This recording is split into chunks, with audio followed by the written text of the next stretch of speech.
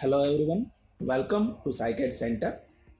And SaiCad Center arrange कर रहा है एक expert class on mould creation tools using SolidWorks software, जिसमें हम हमारी प्रोडक्ट के लिए मोल्ड कैसे क्रिएट करना है, इसके सारी process step by step with different examples हम देखेंगे।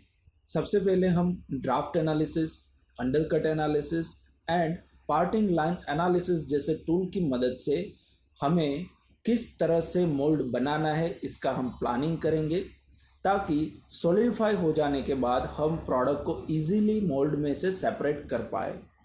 एंड ऑल्सो एनालिसिस रिजल्ट को स्टडी करने के बाद मोल्ड में नेसेसरी चेंजेस क्रिएट करने के लिए हम ड्राफ्ट, शेल एंड स्केल जैसे टूल को भी यूज़ करेंगे।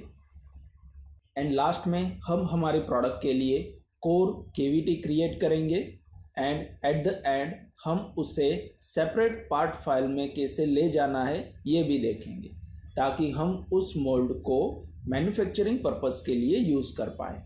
ये क्लास हमारी on this Saturday on 6th of June को रखी गई है, जो कि 2 hours की रहेगी from 10 AM onwards. So see you at the training.